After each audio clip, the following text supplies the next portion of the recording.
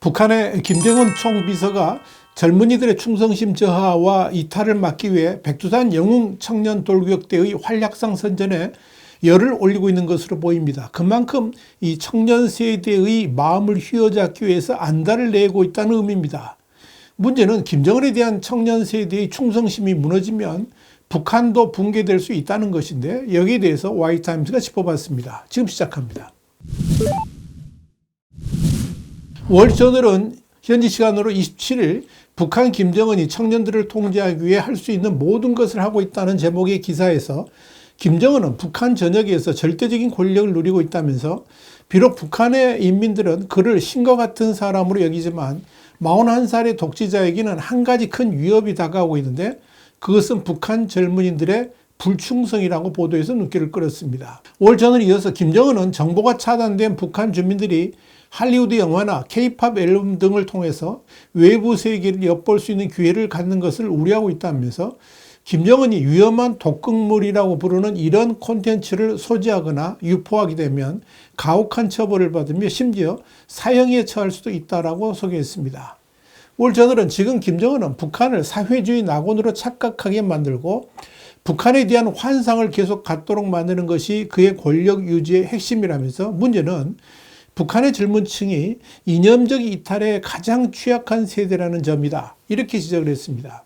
월저널은 이런 젊은 층들의 북한에 대한 충성심을 고수하기 위한 체제 선전전의 핵심 역할을 백두산 영웅 청년 돌격대에 맡겼다면서, 10대와 20대로 구성된 이 돌격대는 북한의 대형 토목 건설 공사에 수시로 파견되는 청년단체로 지난해 여름 수위를 입었던 압록강 유역 평안북도 지역 복구에 공을 세운 것을 계기로 이 단체의 활약상을 적극 선전하고 있다, 이렇게 밝혔습니다. 북한은 30만 명에 달하는 대원들이 즉각 복구 작업에 자원을 했고, 그 결과 4달 동안에 15,000여 채의 주택과 학교, 병원 등을 재건했다라고 주장했습니다. 북한 매체들은 이 돌격대원들이 평안북도 지역에 배치된 이후에 매달 그들의 활동을 보도하고 애국심과 의욕을 칭찬하는 등 집중 보도를 이어가기도 했습니다.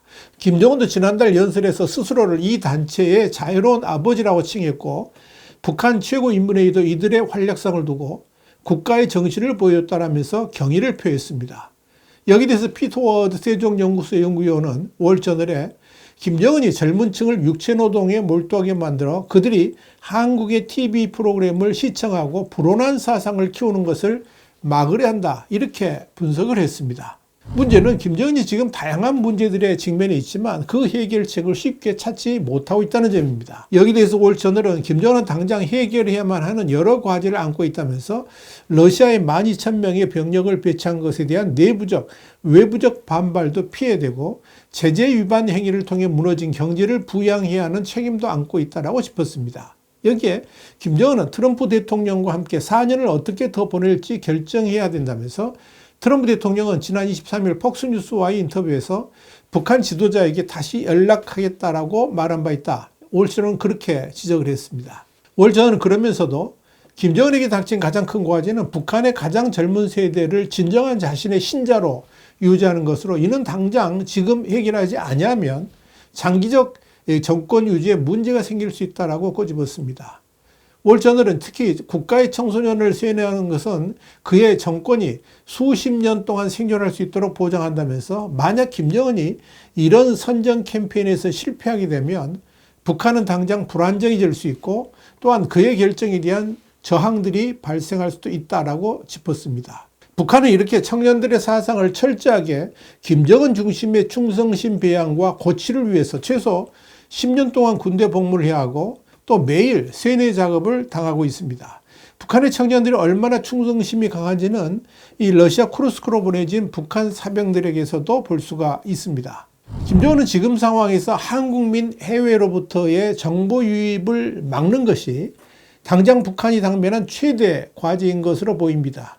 그래야지 청년들에게 외부의 사상이 들어오지 않기 때문이죠. 여기에 대해서 월저널은 김정은이 1년 전 남한과의 평화적 통일에 대한 희망을 포기하고 서울을 북한의 새로운 1순위 적대국으로 선언한 것은 그가 외국의 영향력을 얼마나 심각하게 위협으로 생각하는지 보여준다면서, 최근 몇 년 동안 김정은은 미니스카트나 남자친구, 그러니까 남친과 같은 남한식 문화나 줄임말을 사용하는 것을 금지한 것도 모두 비슷한 두려움의 연장선상이다. 이렇게 봤습니다. 이후 북한은 국경선을 철저하게 봉쇄하면서 불법 출입자나 탈북자로 보이는 이들에 대해서 사격명령을 내리고 북한 주민의 이탈도 막고 동시에 외부 정보가 들어오는 것을 막고 있습니다. 눈여겨볼 점은 지금 김정은이 모든 것을 걸고 자신의 충성스러운 전사로 만들려고 하는 청년들의 삶이 최악이라는 점입니다.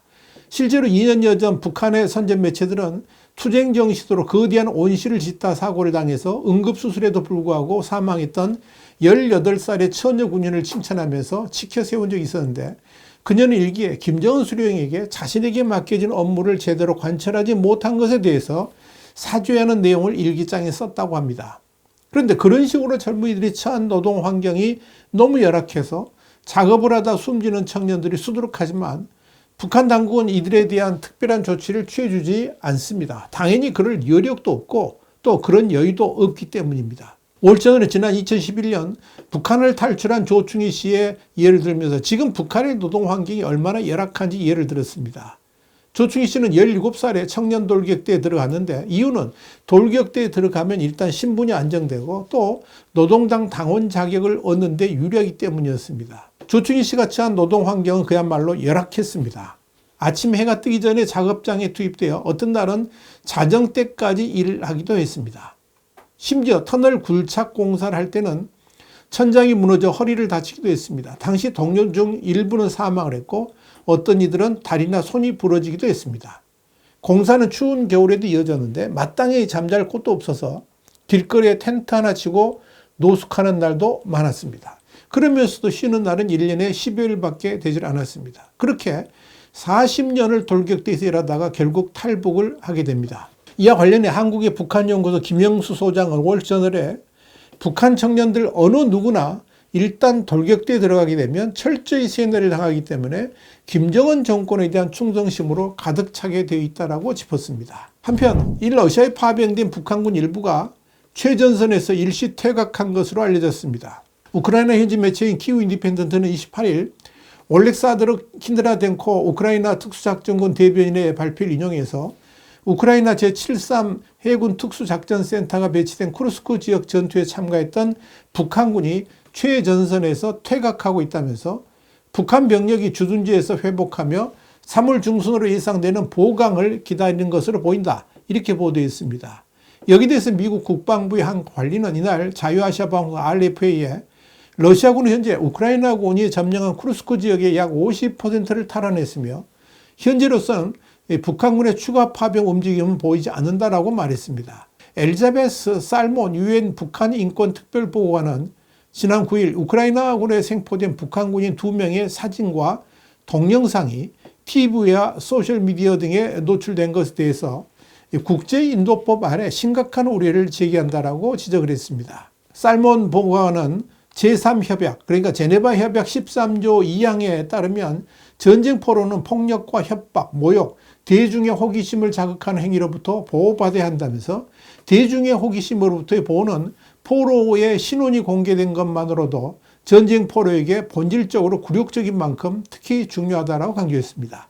살몬 보고관은 이들 포로는 북한으로 송환되면 심각한 인권 침해에 직면한다면서 우크라이나 당국은 박해나 고문을 당할 수 있는 국가로의 송환을 금지하는 송환 금지 원칙을 준수해야 된다라고도 말했습니다. 화이트타임스 국제정세 분석의 주북이랬습니다. 감사합니다.